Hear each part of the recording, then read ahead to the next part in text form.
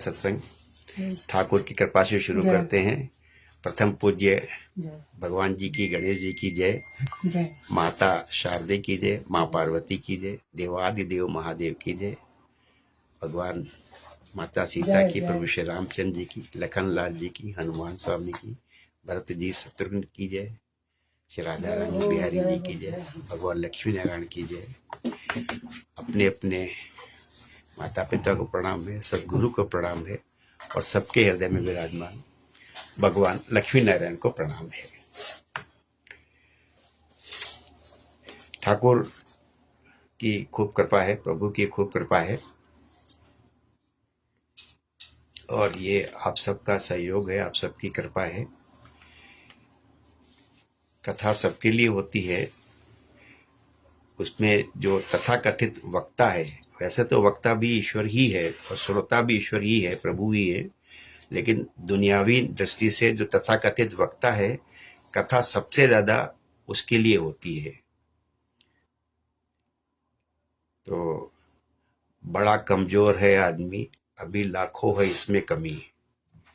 तो सबसे ज्यादा कथा का अगर कुछ उद्देश्य है तो वक्ता के लिए होता है, और जो तथाकथित श्रोता जन है वो वक्ता को बड़ा सहयोग प्रदान कर रहे होते हैं कि वो जो उसमें प्रगति और जो और उन्नति होनी चाहिए, जो धर्म के मार्ग पे, ईश्वर के मार्ग पे, वो किसी तरह से अपने मार्ग पे आगे चल सके। तो ये सारा मानक बनाया हुआ है, सभी के लिए शुभ है, मंगलदायक है। लेकिन तथाकथित रूप से वक्ता के लिए सबसे ज्यादा इसमें शिक्षा है, क्योंकि जो कुछ वक्ता कह रहा है सबसे पहले उसको अपने ऊपर लागू करने की आवश्यकता होती है। तो आप सबको प्रणाम है, आप सबके सहयोग के लिए प्रणाम है। बड़ी अच्छी कथा हम लोग सुन रहे हैं और हम लोग जहाँ से अभी पीछे 5 जो सप्ताह से, जो पूर्व से हमने क्रम शुरू किया और जहाँ से हमने बात शुरू की थी, तो जो चित्रकेतु हैं, वृत्रासुर का जो पूर्व चरित्र है उसमें चित्रकेतु राजा के रूप में है, और चित्रकेतु राजा के रूप में जो उनको शिक्षा मिली है, उसी में ही थोड़ा अभी हम और अंदर से अच्छे से समझने का चर्चा कर रहे हैं, सत्संग कर रहे हैं कि ईश्वर को हमें पाना है या ईश्वर से प्राप्त करना है। और उसी क्रम में हमने फिर कई और बातों को स्पष्टीकरण करने का प्रयास किया कि कैसे हम मैं और मेरा में उलझे हुए हैं, अगर उसको छोड़ दें तो आनंद की स्थिति है। कैसे अगर हम ये स्वीकार कर लें कि ईश्वर जो कर रहा है वो तथाकथित रूप से भौतिकवादी और आध्यात्मवादी के अलग अलग दृष्टिकोण हैं, कोई एक को अच्छा मानता है, कोई दूसरे को अच्छा मानता है, लेकिन अगर और थोड़ा एक लेवल ऊपर उठ जाए तो ईश्वर जो कुछ करता है वो अच्छा ही करता है, मंगल ही मंगल होता है।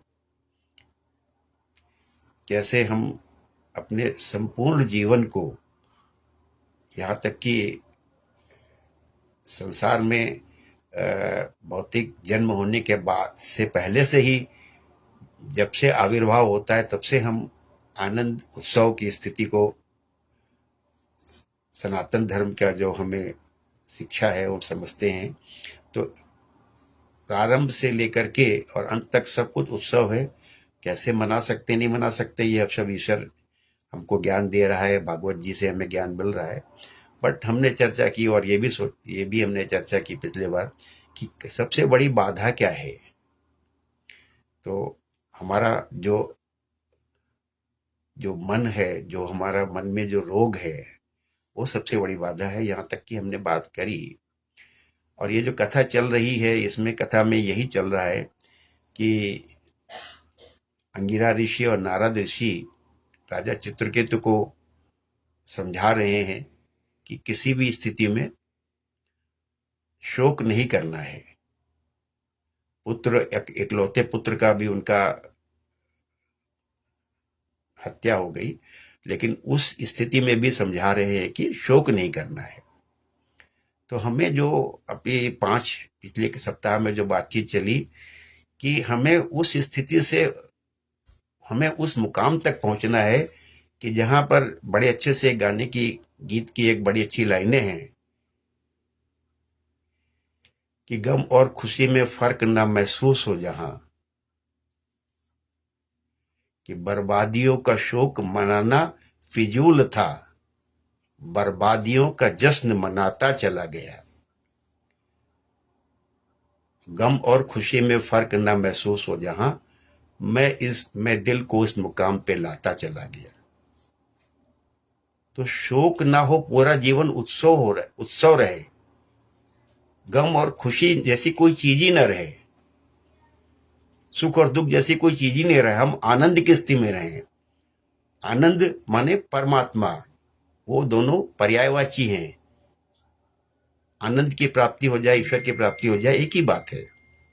तो हमें तो राजा चित्रकेतु की कथा से, और जो हमें उस मंजिल तक जानना है, ये मंजिल हम समझ रहे हैं, यही ईश्वर की कृपा है। पहुंचना भी संभव है, लेकिन बहुत धीरे धीरे और ईश्वर की इच्छा से ही प्रगति होगी। बट हम सुन रहे हैं तो ये भी ईश्वर की कृपा है।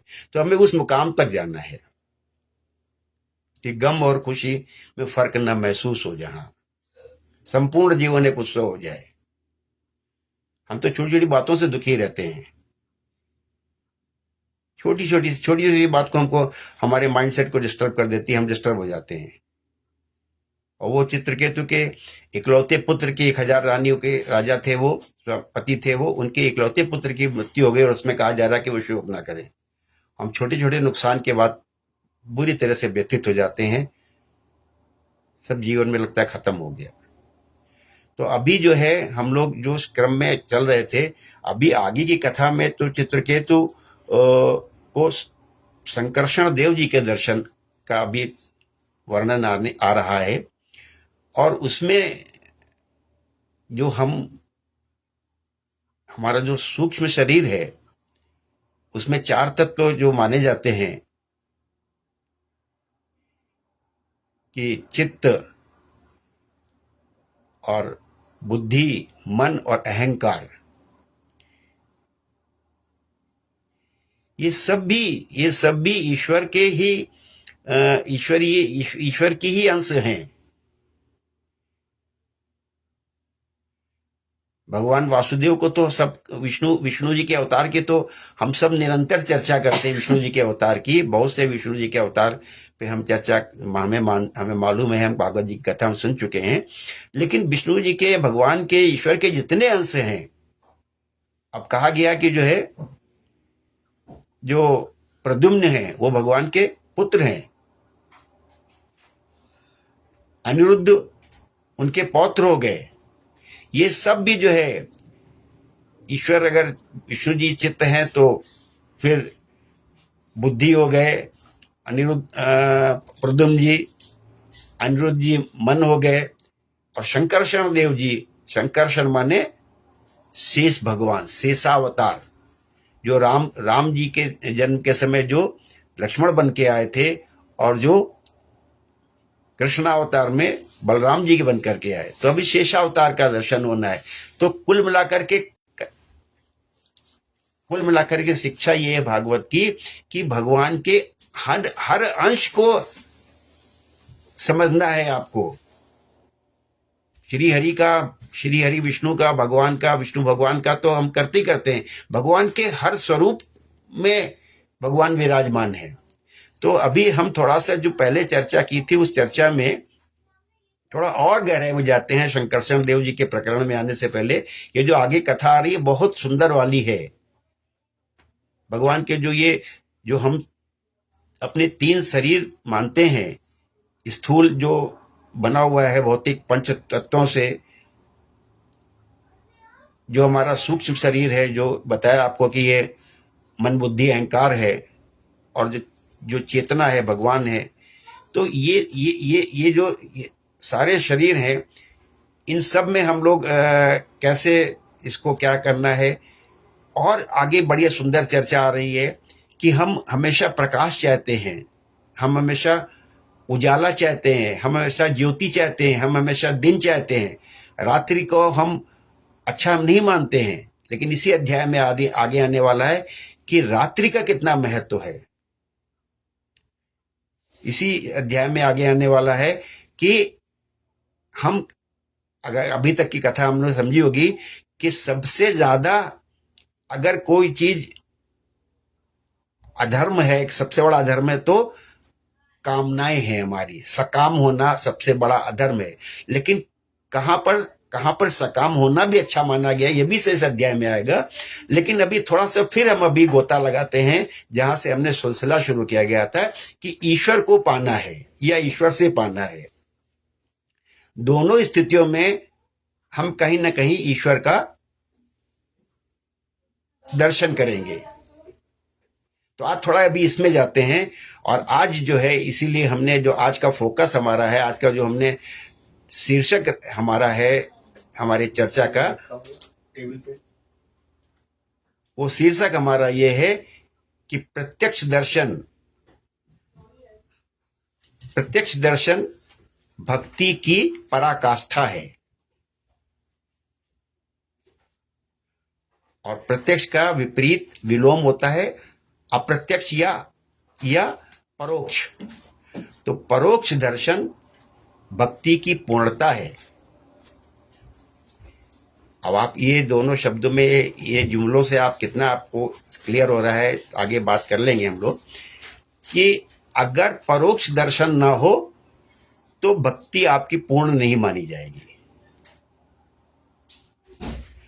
और दूसरा उसका एक सिरा है कि प्रत्यक्ष दर्शन भक्ति की पराकाष्ठा है।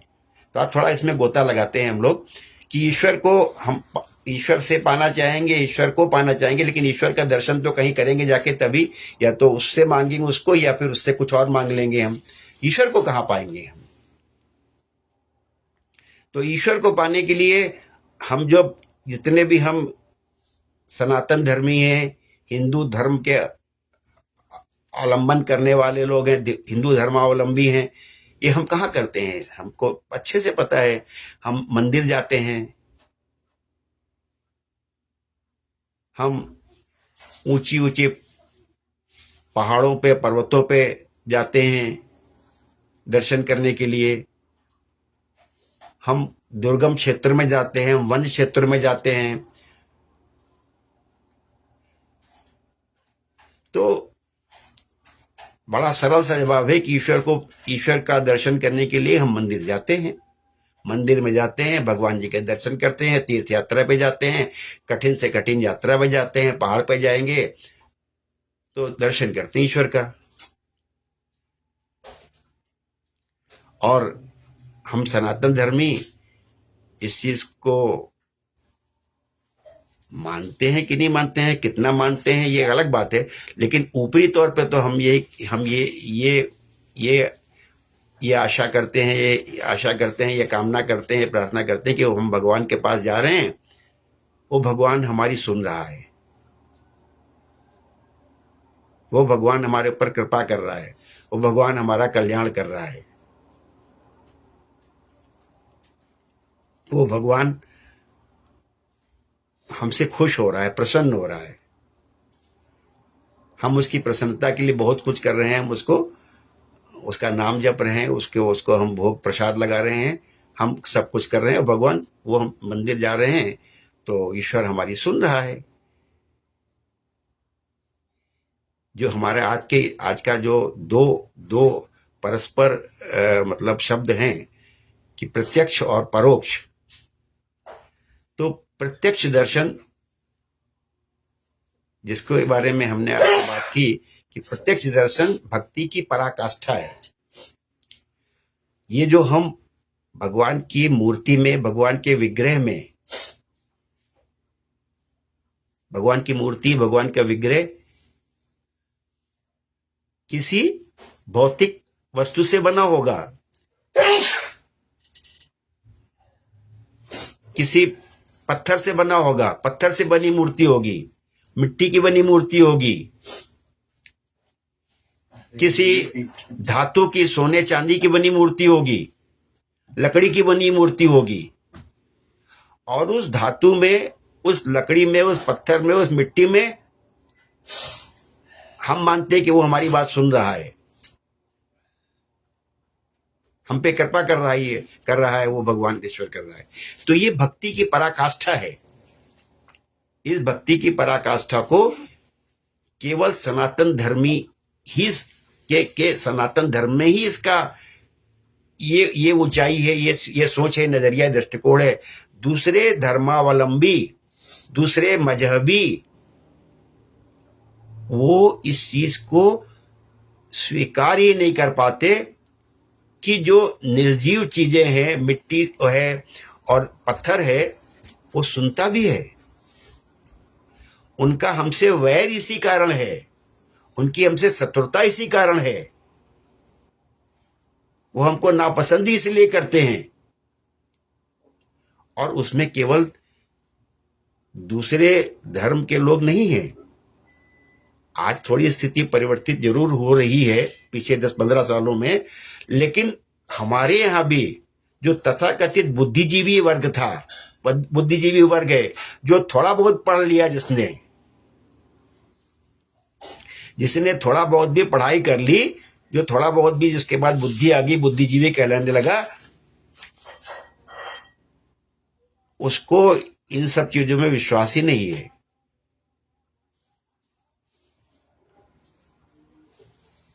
वो सहज रूप से तो स्वीकार ही नहीं करता है कि भाई जो है वो जो ये पत्थर की मूर्ति है, लकड़ी की मूर्ति है, ये सुन रही है, बोल रही है, भोग स्वीकार कर रही है। तो दूसरे धर्मावलंबी तो ही है, हमारे लोग भी हैं, हम भी उसी में शामिल होते हैं। लेकिन आदि नहीं, अनादिकाल की परंपरा है और हमारा धर्म है कि भगवान का विग्रह है, भगवान की मूर्ति है, और मूर्ति साक्षात है। तो ये सनातन की पराकाष्ठा है, ये सनातन की पराकाष्ठा है क्या कि सनातन की पराकाष्ठा तो है ये। लेकिन जैसा आपसे बातचीत हो रही है कि ये जो हम हैं, जो सनातन धर्मी हैं, उसमें से बहुत थोड़े से लोग को आप छोड़ दो, बहुत से थोड़े से लोग को आप छोड़ दो, तो हम सब लोग क्या हैं कि जो मंदिर जा रहे हैं, दर्शन करने जा रहे हैं, वो किसी कारणवश वहां जा रहे हैं, किसी कारण से वहां जा रहे हैं। या तो लोभ से जा रहे हैं, या डर से जा रहे हैं, या मजबूरी में जा रहे हैं। तो जो सनातन धर्मी हैं हम सब लोग, वो किसी न किसी कारण से वहां जा रहे हैं। बड़ा अच्छा सा जो है हम सब ने फिल्म देखी है, बड़ा अच्छा डायलॉग है। हो सकता है कि हर आदमी वो डायलॉग बोल के वहां ना जाता हो, लेकिन कमोबेश कुछ ना कुछ पीछे कोई व्यवस्था होती है। हम सहज रूप से नहीं जाते हैं, हम सब जगह से हार चुके होते हैं, तब हम चले जाते हैं भगवान के पास में। तो सनातन की जो ब्यूटी है, सुंदरता है, पराकाष्ठा है, प्रत्यक्ष दर्शन, इसको भी हम, दूसरे लोग तो हमसे करते ही करते, वैर करते हैं, दूसरे मजहब के लोग, हमारे लोग भी क्या करते हैं, हमारे लोग भी वही होते हैं। वो अक्सर कहीं ना कहीं वही डायलॉग किसी न किसी रूप में होता है उनके सामने कि आज खुश तो बहुत हो गए तुम, देखो जो आज तक तुम्हारे मंदिर की सीढ़ियां नहीं चढ़ा, जिसने आज तक तुम्हारे सामने सर नहीं झुकाया, जिसने आज तक कभी तुम्हारे सामने हाथ नहीं जोड़े, वो आज तुम्हारे सामने हाथ फैलाए खड़ा है। बहुत खुश हो गए तुम, बहुत खुश हो गए कि आज मैं यहां आया। लेकिन तुम जानते हो कि जिस वक्त मैं यहां खड़ा हूं, वो औरत जिसके माथे से तुम्हारी चौखट का पत्थर घिस गया, वो औरत जिस पर जुल्म बढ़े तो उसकी पूजा बढ़ी, वो औरत जो जिंदगी भर जलती रही मगर तुम्हारे मंदिर में दीप जलाती रही, वो औरत वो औरत आज जिंदगी और मौत की सरहद पे खड़ी है। तो ये डायलॉग हम ना दोहराते हों, लेकिन हम किसी न किसी विवशता से ही जा रहे हैं, किसी न किसी कारण से ही जा रहे हैं। अपने कोई मनोरथ पूर्ण करने जा रहे हैं, या सब जगह से हार गए तब वहां जा रहे हैं। और हम वहां पे जाके एक एक एक एक, एक ट्राई करते हैं कि चल भगवान के मंदिर में भी चले चलते हैं, यहां भी प्रयास कर लेते हैं। सब जगह हार चुके हैं, अब भगवान के दरबार में चले चलते हैं। कुछ लोग ऐसे भी होते हैं कि कुछ करेंगे नहीं, चलो भगवान के सहारे, हम तो कहीं नहीं जाएंगे, भगवान के पास चले जाएंगे। लेकिन मूल में कुछ ना कुछ है। मूल में अगर परसेंटेज निकालेंगे, प्रतिशत निकालेंगे, तो बहुत थोड़े से ऐसे लोग होंगे जिनको वास्तविकता में ये होगा अंदर का प्रबल विश्वास कि वो साक्षात देख रहा है, वो साक्षात सुन रहा है। तो प्रत्यक्ष दर्शन जो उसकी गहराई है, जो उसकी ऊंचाई है, अगर उस हद तक हम पहुंच गए तो भक्ति की पराकाष्ठा है।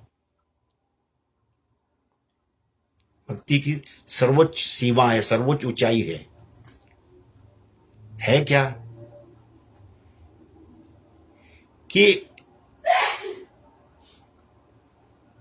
जो जो ये जो विग्रह भगवान के हैं, जो मूर्ति भगवान की है, चाहे किसी चीज से बनी हो, किसी धातु से बनी हो, किसी पदार्थ से बनी हो, किसी मिट्टी से, किसी किसी पत्थर से बनी हो, वो मिट्टी, वो धातु, हम हम चीजों को समझ नहीं पा रहे हैं, समझ नहीं पा रहे हैं।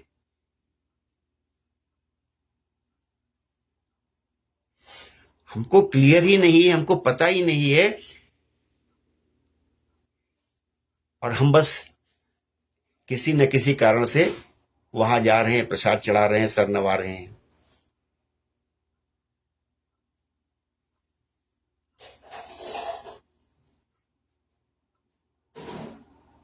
शक्ति उस धातु में नहीं है, उस मिट्टी में नहीं है, उस पत्थर में नहीं है। शक्ति कहां है? शक्ति आपके विश्वास में है। शक्ति आपके विश्वास में है।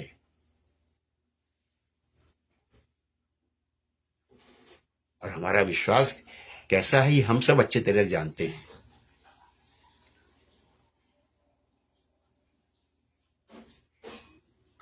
हम क्या करते हैं कि हम इधर या उधर गड़बड़ाए डगमगाए रहते हैं। अगर हम पूरा विश्वास नहीं कर रहे हैं तो एक अलग बात हो गई, विश्वास कर रहे हैं तब भी एक अलग बात हो गई, क्योंकि हमको स्पष्टता नहीं है। वो जो पत्थर की मूर्ति है, वो जो लकड़ी की मूर्ति है, उस मूर्ति में जो हमारा विश्वास है, उस मूर्ति की जो प्रतिष्ठा हमने कर रखी है, उसको जो हमने उच्च स्थान दे रखा है हमने उसको, वो है प्रबल भाव। मूर्ति तब साक्षात हो रही है, तब सब कुछ सुन रही, कर रही, जब हमारे भाव हैं। अगर भाव ना हो तो जिसके भाव नहीं होते हैं, वो जो चोरी करने जाता है उसके ऊपर पैर रख के भी खड़ा हो जाता है, जो पशु है उसके ऊपर चढ़ जाता है। हमारे भाव है। इसको आप थोड़ा अच्छे से समझो कि हमारे भाव का मतलब है, हम सबको पता है, शायद सभी को पता होगा, शायद किसी को ना पता, अलग बात है, कि जगन्नाथ जी की जो मूर्ति है पुरी में, हर 12 साल के बाद उस मूर्ति का कलेवर होता है, मूर्ति बदली जाती है। 12 साढ़े 12 साल बाद जो पंडित लोग विचार करते हैं, उसकी बड़ी विधि विधान से अलग से फिर उसकी आती है लकड़ी, आकृति सामग्री आती है, मूर्ति बनती है, बड़ी विधि विधान है उसके। लेकिन बताने का तात्पर्य है कि वो मूर्ति तो चाहे पत्थर की हो चाहे लकड़ी की हो, मूर्ति शाश्वत नहीं है। आपकी आस्था शाश्वत है। मूर्ति तो जगन्नाथ जी की हर 12 साल के बाद बदली जाती है। पत्थर की मूर्ति होगी तो वो खंडित भी कभी हो सकती है, दूसरी मूर्ति लगानी पड़ सकती है आपको, दूसरी मूर्ति लानी पड़ सकती है आपको। सोने चांदी की, उसमें कालिक लग जाएगी, उसकी सफाई करनी पड़ सकती है, टूट सकती है वो मंदिर मूर्ति। बहुत से लोग जो है आपके विदेशी आक्रांता है, मूर्ति तोड़ डाली, चुरा ले गए, तो क्या हुआ, वहां उस मंदिर का महत्व कम हो गया। आपने नई मूर्ति लगा ली वहां पे। बात मूर्ति की नहीं है, बात आपकी आस्था की है, आपके विश्वास की है। और इसको थोड़ा सा अगर आप समझ लो, पहले भी आपसे बात किया है कि जो जिस धातु की मूर्ति बनी है मंदिर में, और जो धातु जिसको आपने मूर्ति के रूप में नहीं माना है, दोनों का व्यवहार एक जैसा है।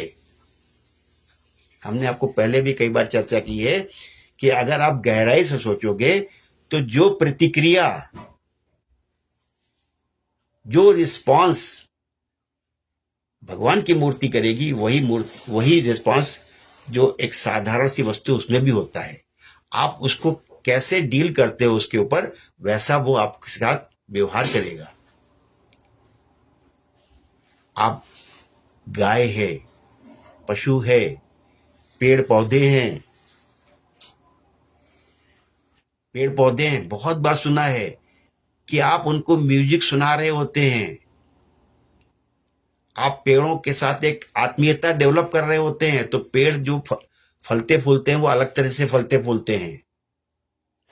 गाय से जो, पशु से जो आपको दूध मिलता है वो अलग तरह का अलग मिलता है। आप खाना बनाते हो, खाना बनाने के समय भाव कैसे हैं, खाने का स्वाद उससे बदल जाता है। लेकिन ये केवल चैतन्य के लिए नहीं है, जड़ के लिए भी है।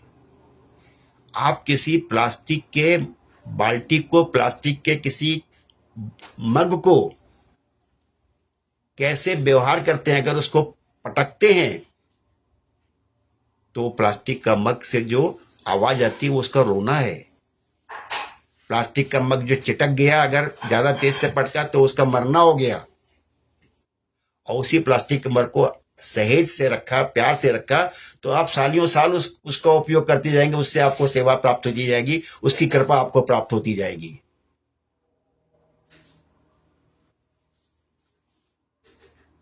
तो हम किसी चीज को प्रतिष्ठा कितनी दे रहे हैं।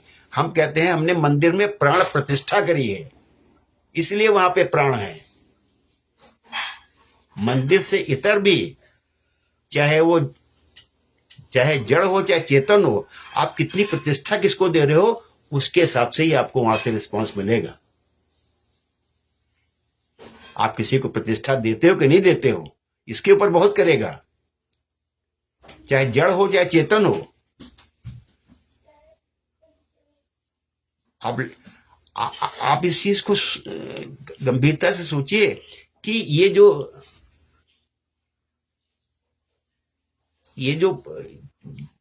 किसी धातु की बनी चीज हो, कितनी सख्त से सख्त चीज हो, कितनी कठोर से कठोर चीज हो, कितनी निर्जीव से निर्जीव चीज हो, हम क्या कहते हैं, हर चीज की हम आयु मानते हैं। अंग्रेजी में कहना बड़ा आसान लगता है कि इस स्कूटर की लाइफ जो है वो 15 साल की है, इस कार की लाइफ जो है वो 10 साल की है, इस मकान की आयु 100 साल की है। हर चीज की आयु मानते हैं हम। जब आयु है माने उसका जीवन है, उसकी लाइफ है। हिंदी में, अंग्रेजी में लाइफ बोलोगे तो हिंदी में जीवन बोलोगे। तो जीवन है माने मतलब उसमें कहीं कोई ऐसा तत्व है, ऐसी कोई चीज है जो ठीक रहती हो, नहीं तो खराब जाती है। काल का प्रभाव उसके ऊपर पड़ रहा है। ये जो हमारे मंदिर हैं, हमारी मूर्तियां हैं, आप कहाँ मंदिर की कल्पना करो। आप अभी हम लोग गए, दर्शन करने गए, आप लोगों भी सबको पता है, आज जो लाहौल स्पीति बहुत ऊंचे स्थान पे पहाड़ है, ठंडक बेतहाशा पड़ती, माइनस में टेम्परेचर रहता है, वहां पे अभी उन्होंने सुरक्षित रखा है। और जो लोग जाते हैं वो दिखाते हैं उनको, कि कहते हैं कि करोड़ों वर्ष पहले यहां समुद्र था, और समुद्री जीव जंतु के जो फॉसिल्स हैं, जो जीवाश्म है, वो वहां सुरक्षित रखे हैं, वहां दिखाए जाते हैं।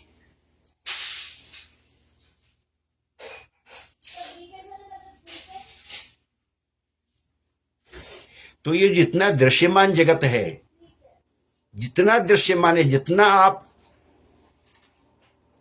जितना जिनको आप पंच तत्वों से अपने अपने पांच ज्ञानेंद्रियों से और पांच कर्मेंद्रियों से जिनको आप महसूस कर सकते हैं, सब परिवर्तनशील हैं, सबकी आयु है। तो अगर हम इस तत्व को समझ जाएं, तो हम तो सब, हम, कोई ऐसा पदार्थ नहीं है ईश्वर का जिसको प्रतिष्ठा नहीं देनी चाहिए। हम खाली प्राण प्रतिष्ठा वहां पे मानते हैं, ठीक है, अच्छी बात है, वो भी बिल्कुल सही है, लेकिन ऐसी हम जब बाकी को दुत्कारते हैं, बाकी का सम्मान नहीं करते हैं, तो हमारे लिए वही चीजें दुखदाई होती हैं। हम अपने स्कूटर की केयर नहीं करेंगे, अपने कार की केयर नहीं करेंगे, अपने शरीर की केयर नहीं करेंगे, अपने घर की नहीं करेंगे, अपने किसी के। तो ये जो हमने हमने जो ये प्रत्यक्ष और परोक्ष दो बातें ली हैं, कि जो परोक्ष दर्शन है वो उस सिद्धांत से जुड़ा हुआ है कि हमारी आस्था, हमारा विश्वास ये प्रबल है। अगर अगर हम समझ जाते हैं सिद्धांत को, तो वो चार भुजाओं वाले ईश तो ईश ही हैं, शंख चक्र गदा वाले तो ईश ही हैं। वो जो निराकार है शिवलिंग, वो बहुत बड़ा दर्शन है। शालिग्राम भगवान कोई आकार नहीं होता है, कैसे हो है वो शालिग्राम भगवान है। तो आप अगर अपने ज्ञान चक्षु खोलना चाहो, तो आपको दर्शन हर जगह मिल रहा है। आप खाली सोचते हो कि हम वो मंदिर के विग्रह में दर्शन तो है ही है, आपको दर्शन कहां नहीं मिल रहा है। कहते हैं हिमालय का हर पत्थर शंकर,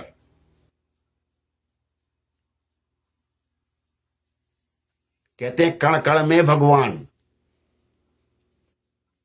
कहते हैं कभी अंगूठे पे ही आप शिवलिंग बना लेते हैं, उस पर जल चढ़ा लेंगे तो बोलेंगे भगवान को शिवलिंग चढ़ गया।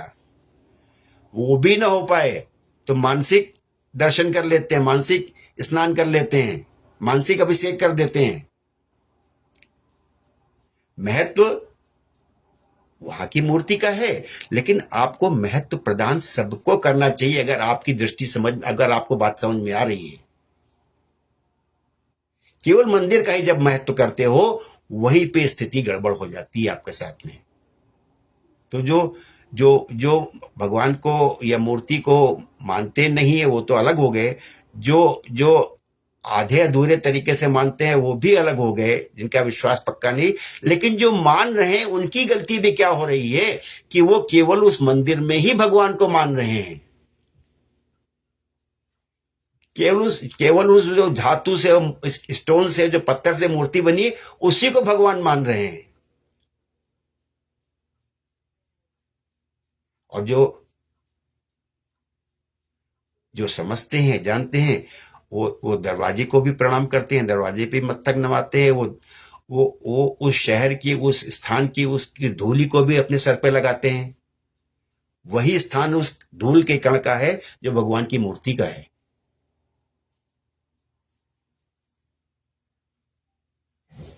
तो ये जो हमने आपको बात की, प्रत्यक्ष और परोक्ष, परोक्ष प्रत्यक्ष दर्शन है, जो हम लोग सनातन धर्मी हैं, जब मंदिर जाते हैं, ये जो है किसी तीर्थ स्थल पे जाते हैं, ये प्रत्यक्ष दर्शन है।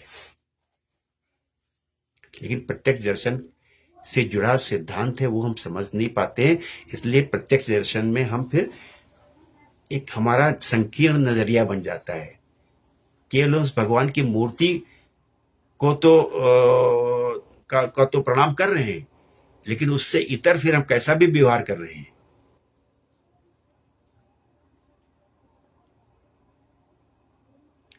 तो इसलिए जो बात हो रही है आपसे कि प्रत्यक्ष दर्शन जो है वो, अगर हम इस सिद्धांत को समझ जाते हैं, तो जो लोग नहीं मान रहे हैं, हमारे साकार सगुण पूजा को नहीं मानते हैं, वो इस तत्व को समझ नहीं पा रहे हैं कि ऐसा क्या है जिसमें भगवान नहीं है, जिसको भगवान ने नहीं बनाया है। वो कहते हैं हम ये जो है ईंट मिट्टी पत्थर की चीजों को हम भगवान नहीं मानते हैं, ये क्या बोलेंगे, ये क्या सुनेंगे, ये क्या हमारी इच्छाएं पूरी पूरी करेंगी।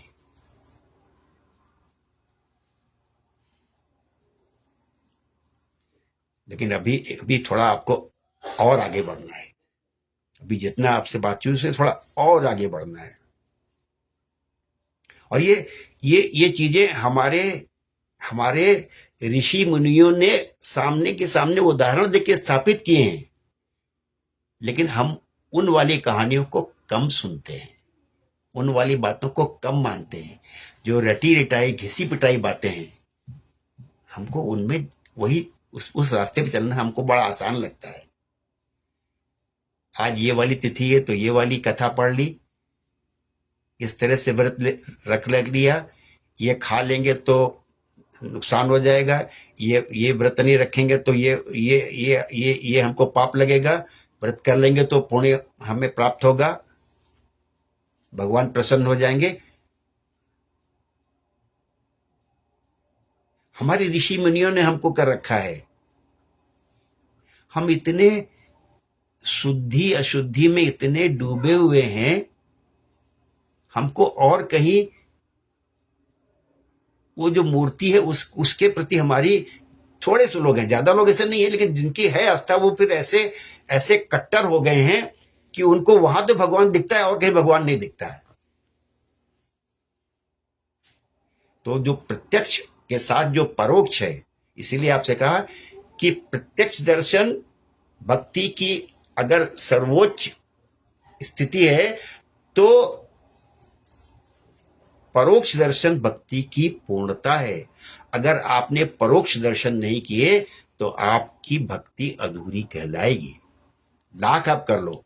तो बड़ी अच्छी सी कथा आपको सुनाते हैं कि आपको कि आप सबने सुनी होगी, नहीं सुनी होगी तो फिर से सुनिए आप उसको।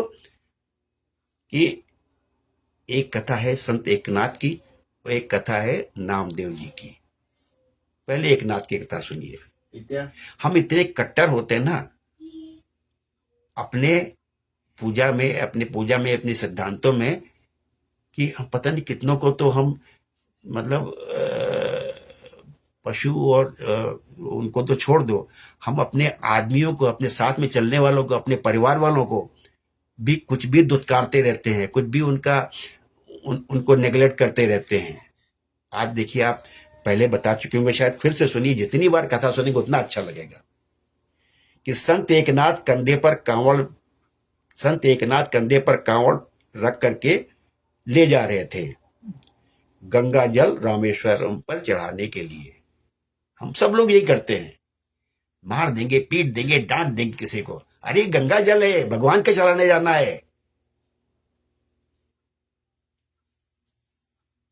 तुमने छू क्यों लिया, तुमने गिरा क्यों दिया। तो क्या कहते हैं, रास्ते में एक गधा मिला जो अपने प्राण त्याग रहा था प्यास की वजह से। संत एकनाथ ने यह ठीक समझा, एक के प्राण की रक्षा होती हो तो ज्यादा अच्छी है।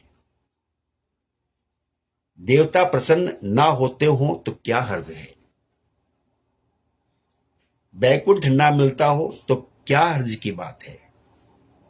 हमारे यहां इतने कट्टरवादी हैं कि अरे बाबा रे बाबा, अगर पोते ने गिरा दिया, लड़के ने गिरा दिया, बहू से गलती हो गई,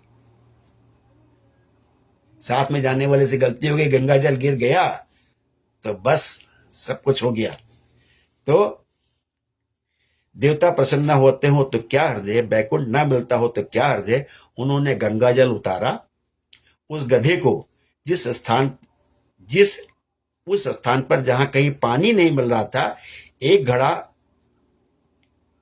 गंगा जल बाहर रखा हुआ था, उतार के गधे के मुंह में डाल दिया। गधे ने लंबी सांस खींची और यह कहा, भाई साहब, एक और घड़ा अगर पानी मिल जाता तो शायद हम इस लायक हो जाते कि जंगल में से निकल जाते। ये कहानी जो आपको सुना रहे हैं, ये श्री राम शर्मा आचार्य, पंडित श्री राम शर्मा आचार्य ने गायत्री परिवार के जो सर्वे सर्वा है, उन्होंने अपने ग्रंथ में लिखा है। ये आपको ऐसे यहां वहां से लेके नहीं सुना रहे हैं। तो संत एकनाथ ने दूसरा वाला घड़ा जो रामेश्वरम पर चढ़ाने के लिए सुरक्षित रखा था, उसको उठाया और गधे के मुंह में डाल दिया। दोनों गंगा जल के घड़े पी करके गधा खड़ा हो गया और हंसने लगा। सुनिए कितनी कथा अभी है, और कथा कितनी बढ़िया चल रही है। और हंसने लगा और ये कहने लगा, आओ संत एकनाथ, हम और आप छाती से छाती मिला करके गले मिले।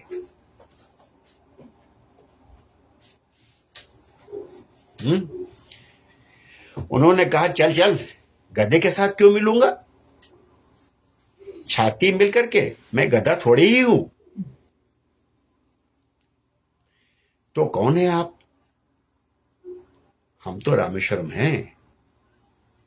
यहां कैसे पड़े हुए थे? हम ये तलाश करने के लिए पड़े हुए थे कि किसी के दिल में दया भी है क्या, हृदय भी है क्या, कि किसी के दिल भी है क्या, हृदय भी है क्या। हृदय अर्थात करुणा। करुणा भी किसी के अंदर है क्या? दर्द भी किसी के अंदर होता है क्या? संवेदनाएं भी किसी के अंदर रहती हैं क्या? दूसरों की सहानुभूति रखने वाले भी दुनिया में कहीं रहते हैं क्या? हम ये देखने आए थे। संत का लिबास पहने हुए ढेरों आदमी घूमते थे और हमने वो आदमी करुणा से ओतप्रोत देखा नहीं। हम ये देखने के लिए गए थे कि हैं तो हम रामेश्वरम पर संत का कहीं हमको साक्षात्कार मिल जाए। करोड़ों लोग आके गंगा जल चढ़ा रहे हैं, बड़े विधि विधान से कष्ट उठा करके, लोगों का डांट डपट करके। संत का दर्शन मिल जाए तो हमारी आंखें धन्य हो जाएं। हमने आपको देख लिया संत के रूप में, आपकी भरी हुई हृदय की करुणा को देख कर के, और आप संत हैं, आइए आपको छाती से लगाएं। ये संत एकनाथ ने गधे को छाती से लगाया और ये कहा, क्या कहा? हमने भी भगवान को पा लिया। भगवान का दर्शन, यही बात हो रही थी ना कि भगवान को पाना है और उस मूर्ति में ही भगवान को पाना है। हमने भी भगवान को पा लिया पीड़ित के रूप में। कहां भगवान मिलेगा आपको? पीड़ित के रूप में, पतित के रूप में। पतित और पीड़ा दोनों हाथ भगवान पसारे बैठे हुए हैं। हमको दर्शन में ही दिखता है जो पतित है, वो पीड़ित है, वो भगवान ने ही अपने हाथ पसार के बैठे हुए हैं। पीड़ा पुकारती है, हम पीड़ा हैं, आप कुछ मदद कर सकते हो तो हमारी कीजिए। और पतित पुकारता है, आप हमारी मदद कर सकते हो तो ऊंचा उठा दीजिए, हम तो गिरे हुए हैं, पतित हैं। पीड़ा और पतन, पीड़ा और पतन, पीड़ा और पतन, ये बेटे भगवान के दो हाथ हैं जो ये मांगते हैं कि आप हमें कुछ दें तो फिर हम आपको दें। संत एकनाथ ने कहा, हमने आपको पीड़ित के रूप में, दुखियारे के रूप में, पतित के रूप में पा लिया और हम आपको छाती से लगाते हैं। उन्होंने कहा, आपको अपने सहृदय के रूप में, सज्जन के रूप में पा लिया और हम छाती से लगाते हैं।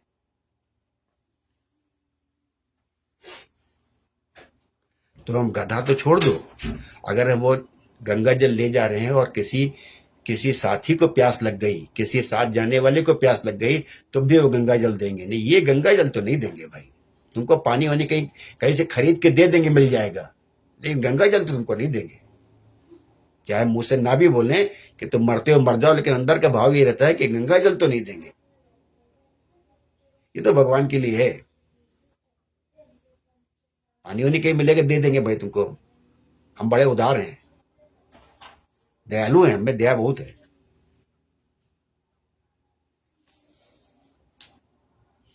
और दूसरी कहानी वो भी सुनिए, लेकिन सुनिए दोबारा सुनिए। पंढरपुर की कार्तिक यात्रा का मेला लगा था। अभी कार्तिक ही चल रहा है, सब लोग बड़ी पूजा कर रहे हैं, एकादशी, द्वादशी, त्रयोदशी, सब पूजा कर रहे हैं, बड़े कट्टर हैं, कट्टर नियम बड़े हमारे हैं। पंढरपुर की कार्तिक यात्रा का मेला लगा था, अनेक साधु संत पधारे थे। एकादशी का निर्जल उपवास, एक दिन पहले नहीं खाएंगे, एक दिन बाद नहीं खाएंगे। तो एकादशी का निर्जल उपवास करके द्वादशी के दिन पारण की तैयारी चल रही थी। कोई आटा सानता, कोई रोटी बनाता, कोई रसोई बनाता, तो कोई रसोई बनाकर भगवान को भोग लगाता। इसी बीच एक काला कुत्ता वहां आ पहुंचा। ये कथाएं जो आप रोज हर हर हर तिथि पे कथाएं पढ़ लेती हो ना, ये कथाएं याद रख लो तो जीवन धन्य हो जाए, भगवान प्रसन्न हो जाएंगे। ये कथा पढ़ लेंगे और ये खाएंगे और या ये नहीं खाएंगे, भगवान प्रसन्न हो जाएंगे। ये कथाएं याद रख लो तो जीवन धन्य हो जाए आपका। इसी बीच एक काला कुत्ता वहां आ पहुंचा। ये कथाएं हमारी नहीं है, ये संत एकनाथ की और नामदेव जी की कथाएं हैं। हमारे बीच में बहुत से महान व्यक्ति बैठे हैं, लेकिन जो हमको रटा के घिसा के पढ़ाया गया है, हम उस लकीर पर चलने में हमको ज्यादा सुविधा लगती है। इसी बीच एक काला कुत्ता वहां आ पहुंचा। साधुओं की एकादशी का उस पर भी काफी असर दिख रहा था, क्योंकि एक दिन पहले खाना बना नहीं, कुत्ते को कुछ मिला नहीं, तो भूखा था वो। कदाचित पहले दिन कुछ भी न मिलने से वो भूखा कुत्ता किसी के आटे में मुंह डालता, किसी की पकी रोटी छूता, तो किसी की परोसी थाली में ही मुंह डालता। प्रत्येक साधु उसे दुत्कारता, मारता, भगाता था। कोई कहता हमारा अन्न छू गया, अब वो खाने योग्य नहीं रहा। दूसरा महात्मा कहता अरे ये काला कुत्ता है, धर्मशास्त्र में पढ़ा है कि इसकी छूत नहीं लगती। हम किसी न किसी विचारों में जकड़े हुए हैं, इनकी सुन रखी, उनकी सुन रखी, इन्होंने चाची ने सुनाया, दादी ने सुनाया, नानी ने सुनाया, सुन रखी है। चारों ओर से तिरस्कृत कुत्ता नामदेव के पास आया और उनकी सेकी रोटी लेकर भागा। ये देख नामदेव पास में रखी घी की कटोरी लेकर उसके पीछे पीछे दौड़े और कहने लगे भाई रूखी रोटी मत खाओ,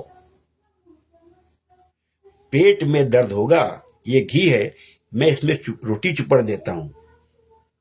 नामदेव घी चुपड़कर अपने हाथों से उसे रोटी खिलाने लगे। सभी साधु महात्मा नामदेव की करनी पर हंसने लगे और कहने लगे नामदेव पागल हो गया है। पर नामदेव ने उनकी परवाह नहीं की। अंत में पेट भर जाने के बाद श्वान ने मनुष्यवाणी में नामदेव से कहा, नामदेव सचमुच तुम्हारी दृष्टि सभी प्राणियों के प्रति समान है। यहां जुटे हुए इन महात्माओं में भेदभाव की भावना खत्म नहीं हुई है। उस भगवान की मूर्ति को ही भगवान मान रहे हैं, बाहर पड़े हुए कंकड़ को तो पैर से उछाल रहे हैं। लेकिन तुमने सर्वत्र समदृष्टि रखने का मेरा आदेश अपने अंतर में भर लिया। ये कहकर भगवान अंतर ध्यान हो गए।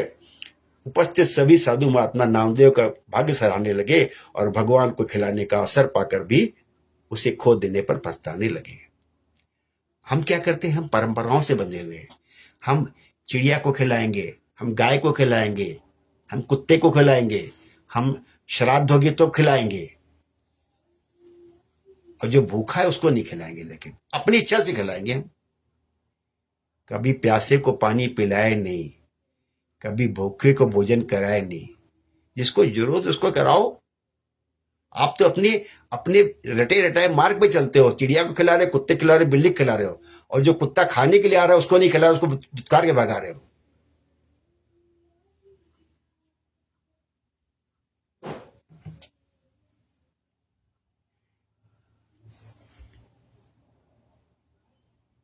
हमारी और आपके ये जो प्रत्यक्ष और परोक्ष दर्शन इतना समझ ले एक विषय को, तो आपका हमारा बेड़ा पार हो जाए। भेद नहीं करना है, केवल वही भगवान नहीं मानना है।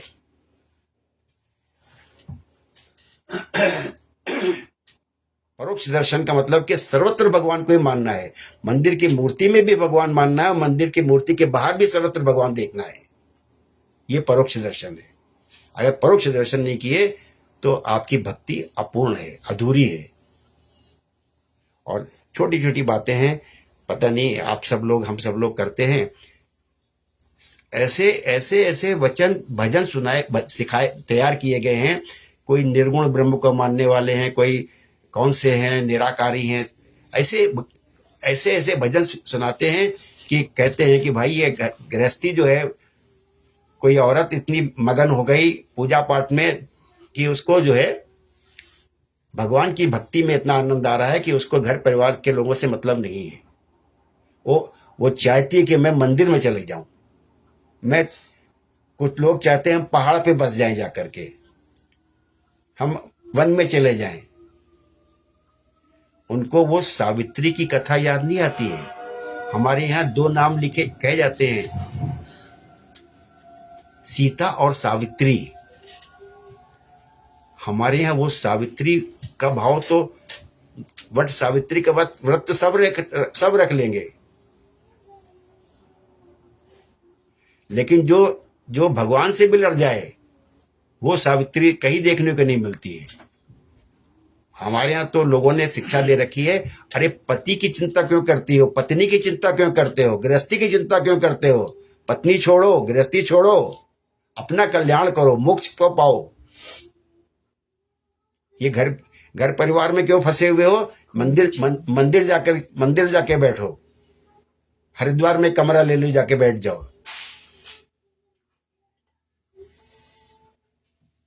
तो सीता जी ने वैभव छोड़ा, पति को चुना। हमारे यहाँ पति को छोड़ देंगे, वैभव को चुनेंगे। तो सीता जी ने दुख को चुना लेकिन पति को नहीं छोड़ा। सावित्री का उदाहरण है। अभी जैसे आपने बात आपसे करी, आपसे एकनाथ जी का जो है और नामदेव जी का, कि गधे में और कुत्ते में, आप देखो तो सही, आप पढ़ते हो, हर पूर्णिमा को कथा पढ़ते हो, भगवान आपके सामने शंख चक्र गदा पद्म धारण करके नहीं आएगा, वो बूढ़ा ब्राह्मण बन के ही आएगा। आपके अपने साथ कोई निशान लेके नहीं आएगा कि मैं भगवान हूं। आप तो खाली भगवान की पूजा करोगे, आप तो साक्षात भगवान को चाहिए आपको। तो आप तो रोज ध्यान करते हो, भगवान हाथ में मेरे प्रकट हो गए हैं और शंख चक्र गदा पद्म लिए, बड़ा तेज विराजमान है भगवान का। और क्या बोलते हैं, मतलब ये रोज पढ़ते हो, सुनते हो, लेकिन पता अंदर तक प्रवेश नहीं करती बातें। कि माता पुनि बोली सो मति डोली, तजहु तात ये रूपा, और की जैसे सुलीला अति प्रिय सुलीला, यह सुख परम अनुपा।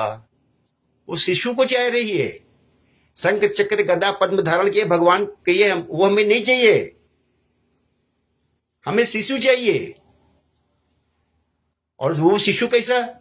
हमको जो है आज की नानियां, चाचियां और दादियां ये नाती पोतों से इसलिए घबराती हैं कि हमारी पूजा में विघ्न डालते हैं। वो कैसी कैसी कैसी कि सुनी बचन सुजाना रोदन ठाना, वो रोदन करने लगे, वो गंदा भी करेगा।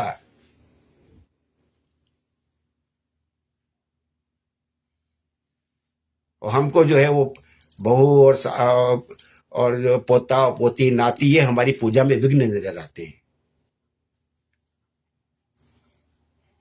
हमको तो वो शंख चक्र गदा पद्म वाला चाहिए। वो बूढ़ा ब्राह्मण तो हमको उसमें भगवान नजर आते ही नहीं ना। सत्यनारायण जी की कथा तो हम खुद सुनते हैं, हर बार सुन लेते हैं।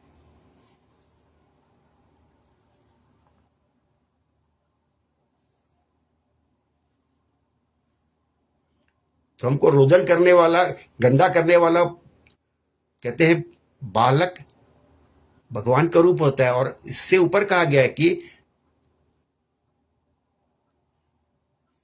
नर में नारायण है, हर नर में नारायण है। लेकिन हमको नारायण तो खाली शंख चक्र गदा ध्यान में चाहिए और भगवान के मंदिर में चाहिए।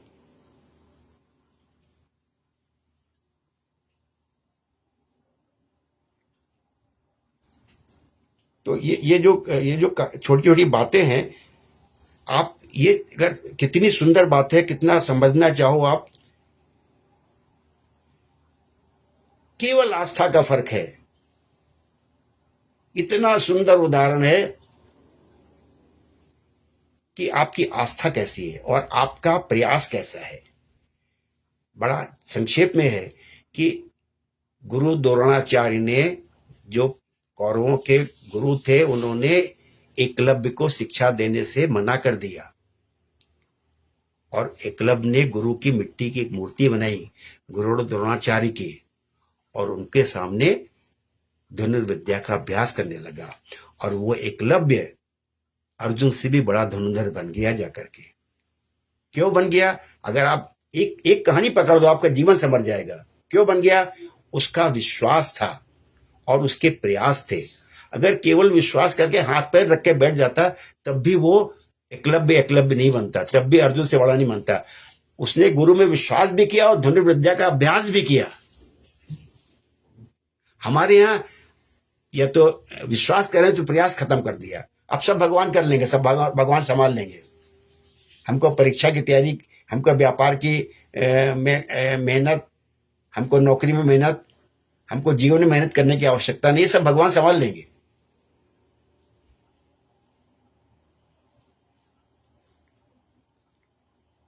तो इसलिए आज की जो सत्संग है, आज की जो बात है, उस बात का निचोड़ यही है कि आपको प्रत्यक्ष और परोक्ष दोनों को समान महत्व देना है।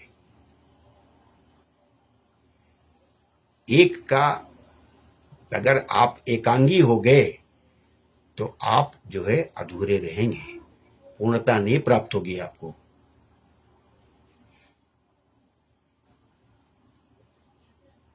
तो प्रत्यक्ष दर्शन भक्ति की पराकाष्ठा है, जिसको लोग कहते हैं कि निर्जीव है। ऐसे संसार में कोई चीज ही नहीं जिसमें चेतनता ना हो, जिसमें प्राण ना हो।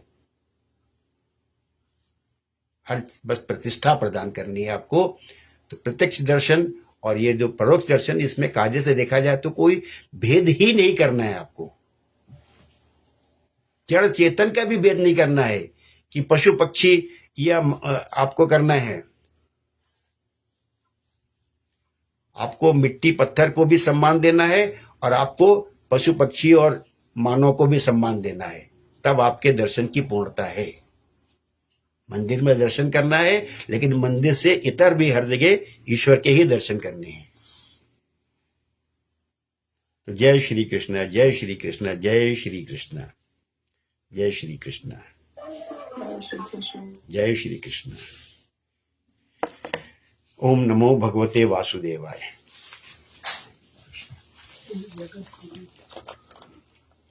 चलिए प्रखर जी भैया बताइए, आप तो विपुल चाचा ने आप अपनी बात रखी है। आपने पहले भी इस टॉपिक पर थोड़ी बात करी है। हाँ हाँ हाँ। और सही बात है। हम लोगों को जैसे जैसे आगे बढ़ रहे हैं, सीख रहे हैं, समझ रहे हैं चीजें, तो परोक्ष दर्शन पे भी हम लोगों को अपना ध्यान बढ़ाना चाहिए। और सब में जो एक समदृष्टि वाली बात है, उसको अपने व्यवहार में लाने की कोशिश करनी चाहिए जितना कर सकते हैं। और जहाँ पे जैसे जिस तरह से मदद किसी की आप कर सकते हैं तो उससे अच्छी तो कोई बात हो ही नहीं सकती है, चाहे वो जिस लेवल पे भी हो और चाहे वो कोई भी हो। जैसे आपने कथाएं सुनाई उनकी, तो मदद करनी चाहिए और जो जिस चीज़ की ज़रूरत है उसकी मदद करनी चाहिए। आपने पहले भी एक डिस्कशन में कहा था, आप किसी को अगर वो भूख लगी है और आप कुछ उसको बोलते हैं लो भैया कंबल ले लो, तो उसको शायद नहीं समझ में आएगा, उसको इतना महत्व तो नहीं लगेगा। तो ये सारी चीज़ें हैं, धीरे धीरे हम लोगों के मन में बैठ रही हैं, आप उसको बार बार रिपीट कर रहे हैं, समझा रहे हैं हम लोगों को, तो व्यवहार में भी लाएंगे तो बहुत अच्छा रहेगा। बहुत सुंदर है। और ये ईश्वर की कृपा है, ये ईश्वर की कृपा है, क्योंकि कठिन तो आसान तो नहीं है लेकिन असंभव भी नहीं है। और दोनों से सामंजस्य बिठाना, एकांगी ना होना, ये आसान नहीं है लेकिन असंभव भी नहीं है, संभव भी है। बताइए अनिल भैया जी कुछ अपनी बात।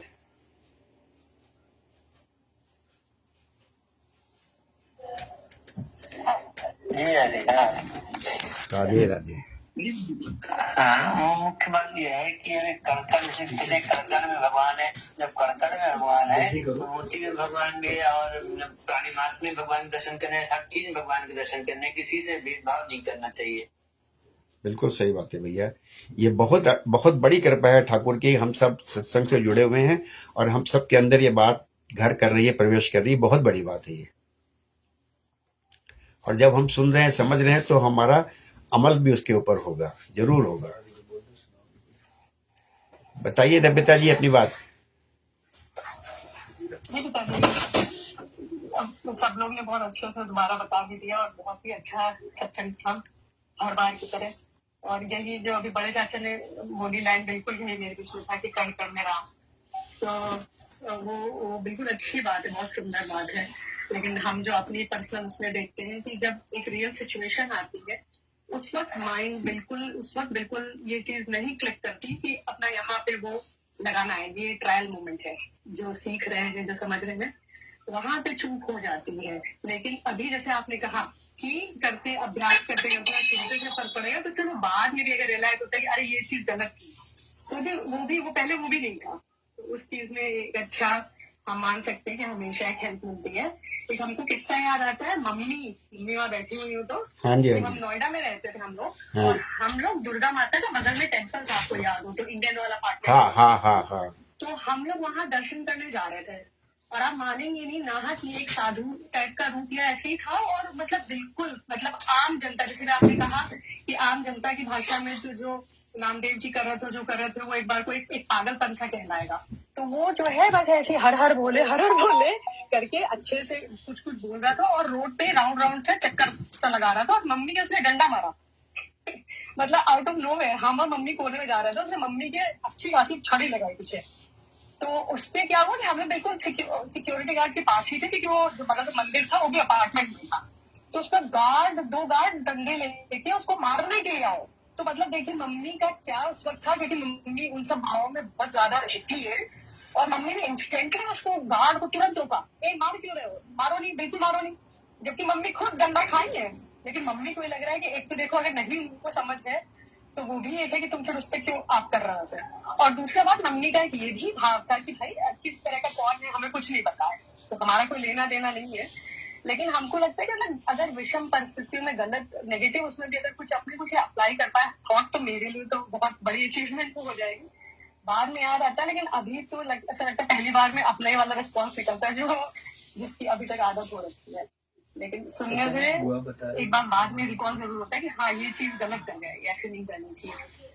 तो उस पर भी बहुत काम करना है। लेकिन अच्छा, बहुत सुंदर लगा सुन के, पता नहीं कितना अच्छा लगा, उसके लिए शब्द नहीं हमारे पास हैं कि तुमने चीज को इतनी सुंदर तरीके से मेमोराइज किया था और आज अपनी बात को शेयर किया। ये आसान बात नहीं है, मतलब हर समय तुम अपने चीजों को कोरिलेट करती रहती हो, जो अंतर चल रहा होता है। ये छोटी नहीं, बहुत बड़ी बात है ये, क्योंकि ये कथा की सार्थकता ही यही है कि आप अपने साथ चीजों को रिलेट करते हैं, कोरिलेट करते हैं। और इतनी पुरानी बात को इतनी सुंदर तरीके से तुमने डिस्क्राइब किया, कोई शब्द नहीं है उसको उसको उसके बारे में बोलने के लिए, कोई शब्द नहीं है। आशा जी आप बताइए। आप ये सब बातें सुनते हैं, समझते हैं, कोशिश है आगे करेंगे, अच्छा करेंगे, और क्या, यही सब है, सीखना है, अच्छी बात है। चलिए बॉस, खंडेलवाल साहब कुछ आप अपनी बात करिए, कुछ थोड़ा करिए, समअप करिए। जय श्री राधे। वही है कि जो अंकल बोल दें उसके बाद। श्रद्धा नहीं हमारी, हमारा पर्पज रहता है कि भाई हम ये काम करने जा रहे हैं तो ये काम करते हैं। आपका एक परसेप्शन बना हुआ है कि भाई मूर्ति के अंदर भगवान है, बाकी कुछ नहीं है, बाकी सब ठीक है। लेकिन जो कथा आपने की है और वो जो है कण कण में भगवान, मतलब जब हर चीज में भगवान को आप मानेंगे और देखेंगे तो आपको दिखेगा वो। और हम जो किसी को देना चाहते हैं ना, वो अपनी इच्छा से देना चाहते हैं, लेने वाले की क्या इच्छा है वो नहीं देखते जो। बहुत सही कह रहे हैं, बहुत सही कह रहे हैं आपने। तो लेने वाले की इच्छा देख के आप करिए भाई, ठीक है। लेने वाले की नहीं, आप अपनी इच्छा से तो करिए, लेकिन जो लेने वाला है उसकी इच्छा भी नहीं नहीं, ये आपने बहुत बड़ी बात कही है। गीता में भगवान कृष्ण ने दान के बारे में जो वर्णन किया है, दान वही है जो उस परिस्थिति में, उस वस्तु काल में जिसके अभाव हो, तब वो दान का महत्व है। और अगर बराबर है। अगर सब कुछ भरा है, उसका दान देने का कोई मतलब नहीं है, कोई निरर्थक दान है वो। जिस चीज का अभाव है वो चीज दान दो, तभी उस दान का महत्व है। बिल्कुल बिल्कुल। गीता में भगवान ने बहुत अच्छे से इस चीज के बारे में, दान का महिमा के बारे में बताया, बहुत अच्छे से बताया इसके बारे में। चलिए सर, बहुत सुंदर लगा, हम सब लोग इतनी देर जुड़े रहे। भैया अनिल आप करिए आज, आप तो खैर हमेशा ही करते हैं, तो अपना धर्म का जय घोष करिए। कुछ सुनाना चाहिए। जय हो, जय हो, नाश हो, जय हो, जय हो, नाश हो, जय हो, सद्भावना हो,